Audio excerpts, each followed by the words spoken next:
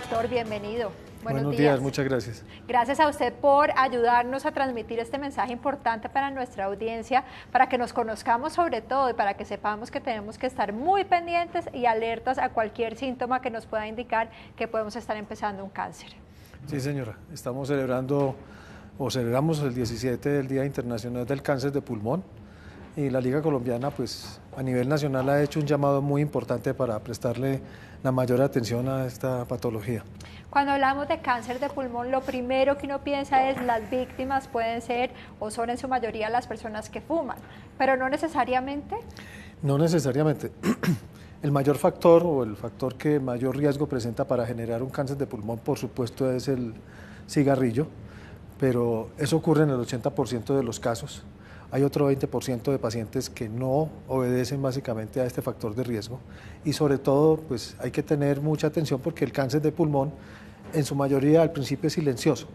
Cuando ya empieza a presentar síntomas pues está en algún estadio intermedio o avanzado cuando poco se puede hacer. Entonces es el llamado para que las personas de riesgo consulten de manera temprana, personas de mayor edad, personas que han tenido antecedentes familiares, personas que han sido grandes fumadores, para que hagan consultas tempranas y verifiquen no tener, dijéramos, o padecer de este cáncer. ¿Estas consultas se hacen donde un neumólogo o cuál es el especialista que uno debe visitar si hace parte de este grupo de riesgo, como usted lo ha llamado? Bueno, existen diferentes guías. El ministerio y las instancias públicas pues tienen diferentes guías de manejo. En general cualquier médico general está capacitado para reconocer estos síntomas o los factores de riesgo. El examen diagnóstico de tamizaje, pues de detección temprana es muy sencillo, que es, el principal es la radiografía. Entonces hacemos un llamado para que de alguna manera tengamos en cuenta que este cáncer, a diferencia de otras enfermedades que se desencadenan por el cigarrillo, que han disminuido, todavía sigue aumentando. ¿De verdad? ¿Cuáles son las cifras? En Colombia, en el mundo, poco más de 2 millones de personas mueren anualmente por el cáncer de pulmón, presentan cáncer de pulmón y una cifra cercana de 1.700.000–800.000 fallecen. En Colombia estamos alrededor de 3.800, 4.000 casos nuevos, de los cuales más o menos también entre 3.800 y 4.000 fallecen. No son los mismos casos, por supuesto, vienen casos de periodos anteriores, pero esas son las cifras que tenemos, que nos llama la atención que siguen aumentando a pesar de que se han hecho muy buenas campañas contra el tabaquismo. Muchas campañas, ¿no? Y pensamos que, pues vemos que cada vez la gente como que fuma menos, o eso es lo que uno pensaría. Por supuesto siempre se ha hablado no solamente de los que son activos fumadores, sino de los pasivos, ¿no? Las personas que de pronto son acompañantes, ya sea la pareja, incluso hijos, personas alrededor de los fumadores también deben hacerse estos exámenes y estar muy atentos a su salud. Creo que todos tenemos antecedentes de parejas, de parejas en que el marido fumó muchísimo, la señora nunca fumó y de pronto la señora es la que desarrolla el cáncer sin haber fumado, lo que se llama fumador pasivo, humo de segunda mano, y por eso pues todas las campañas de ambientes libres de humo, ¿no? Protegiendo la salud de aquellos de quienes no fuman, que también, dijéramos, están expuestos no solamente al tabaco, sino a otros factores ambientales que pueden, dijéramos, generar ese riesgo. Eso yo le iba a preguntar, porque vivimos en una ciudad donde pues, la contaminación es bastante visible y hemos también visto cómo en Colombia pues hay muchos lugares donde la contaminación se concentra. ¿Eso también se puede generar en un cáncer de pulmón? Dijéramos que todos estos factores confluyen a la aparición más temprana de un cáncer de pulmón, la contaminación, la exposición a cierto tipo de gases, a radiaciones ionizantes, también constituyen factores de riesgo.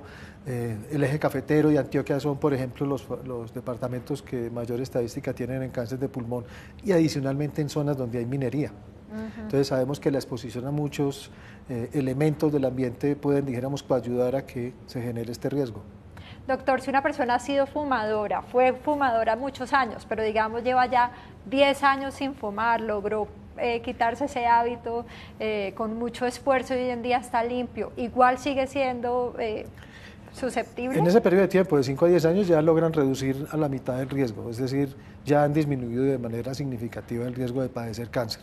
¿Y hay un número de años de tabaquismo o de ser, digamos, fumador que ya te marque un riesgo inminente o no necesariamente? Cada cuerpo es distinto. ¿Cómo funciona? Claro, el efecto dañino del cigarrillo es acumulativo.